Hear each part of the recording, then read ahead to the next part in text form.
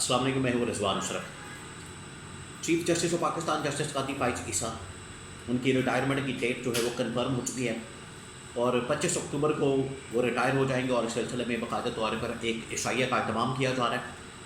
Supreme court Pakistan के अंदर एक फुल कोर्ट रेफरेंस का अहतमाम किया जा रहा है और उसके लिए बाकायदा एक एलामिया सुप्रीम कोर्ट पाकिस्तान की जानिब से जारी कर दिया गया है, जिसके अंदर ये बताया गया है कि 25 अक्टूबर को एक फुल कोर्ट रेफरेंस होगा और ये अलविदाई रेफरेंस होगा चीफ जस्टिस कादी फाइज ईसा के लिए। तो कादी फाइज ईसा 25 अक्टूबर को रिटायर हो जाएंगे। उसके बाद नॉर्मली क्या होता है, ट्रेडिशन क्या है कि शाम के वक्त एक डिनर होता है, शाइया होता है और उस डिनर के अंदर तमाम जो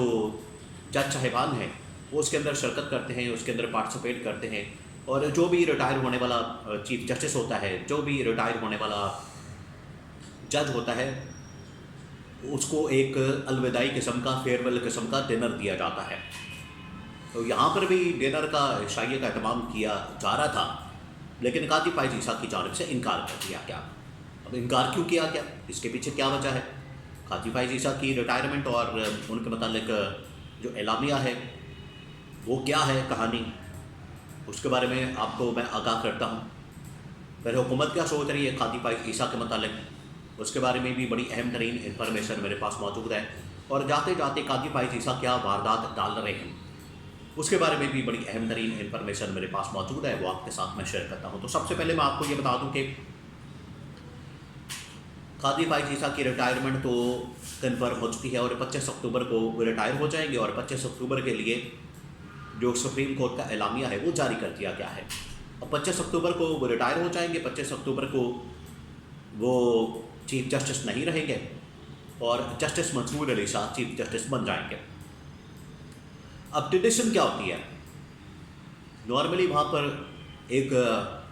रीत चली आ रही है कि जब भी कोई चीफ जस्टिस जाता है तो चीफ जस्टिस के एजाज़ में वहाँ पर एक फुल कोर्ट रेफरेंस होता है और शाम के वक्त, रात के वक्त एक डिनर का अहतमाम किया जाता है और डिनर का अहतमाम किया जाता है तो वहाँ पर जितने जजेस हैं वो सारे आते हैं और जो भी रिटायर होने वाला, रुखसत होने वाला, जाने वाला चीफ जस्टिस होता है उसके लिए एक डिनर का अहतमाम किया जाता है। यहाँ पर भी अहतमाम किया जा रहा था, लेकिन कादी फाइज ईसा की जानिब से इनकार कर दिया गया। बहाना क्या मारा गया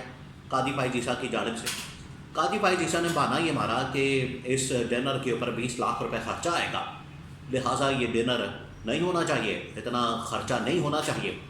तो इस खर्चे की वजह से हम डिनर नहीं करेंगे और कादी फाइज ईसा ने डिनर से रोक दिया है सुप्रीम कोर्ट के अमले को।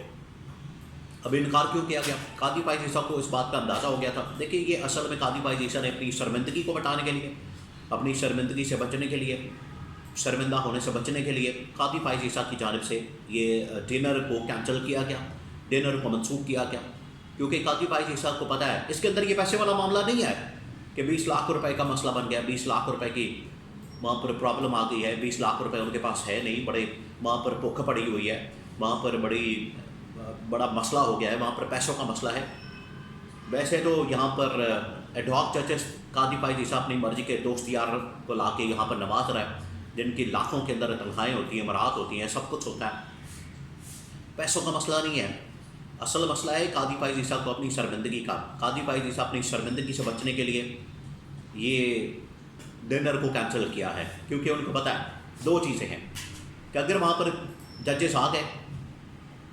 तो वो आके उन्हें शर्मिंदा करेंगे कादी फाइज ईसा को। कादी फाइज ईसा के अंदर भी इतनी हिम्मत और हौसला और इतनी ज़रूरत नहीं है कि जजेस का मुकाबला कर सकें, क्योंकि कादी फाइज ईसा ने जिस तरीके से अदलिया के निज़ाम को तबाह बर्बाद किया, जिस तरीके से अपने हक़ में इस्तेमाल किया, जिस तरीके से अपने फ़ायदे के लिए इस्तेमाल किया सुप्रीम कोर्ट पाकिस्तान को, तो कादी फाइज ईसा को इस बात का अंदाज़ा है कि मैं अब इन जजेस का सामना नहीं कर सकता, या जजेस आके मुझे अगर बातें करेंगे तो मैं मुंह दिखाने के काबिल नहीं रहूँगा। ये पहली बात है। दूसरी बात ये कि बहुत सारे जजेस की जानिब से इंफॉर्मेशन लगता है पहुँच गई थी कादी फाइज ईसा तक कि वो इस डिनर के अंदर शिरकत ही नहीं करेंगे, आएंगे नहीं। वो डिनर के अंदर दावत उनको दी जाएगी, लेकिन वहाँ पर कोई आएगा ही नहीं, कोई बहाना मार देगा, कोई कहीं चला जाएगा, कोई कुछ कर देगा, कोई कुछ कर देगा, तो इस डिनर के अंदर कोई आएगा नहीं, जिसकी वजह से भी शर्मिंदगी का सामना करना पड़ेगा, ज़्यादा शर्मिंदगी का सामना करना पड़ेगा। क्योंकि नॉर्मली यही होता है कि जब भी कोई चीफ जस्टिस रिटायर होता है तो उसके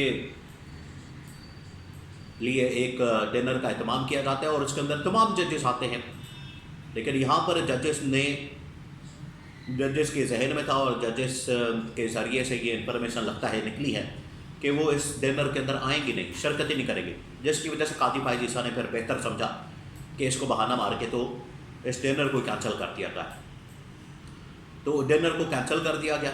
अब ये पहली शर्मिंदगी से बचने का उनकी जानिब से हरबा इस्तेमाल किया गया। दूसरा ये कि हुकूमत, ये जो कादी फाइज ईसा रिटायर हो रहे हैं, मसला इनके रिटायरमेंट के ऊपर नहीं है। हुकूमत असल में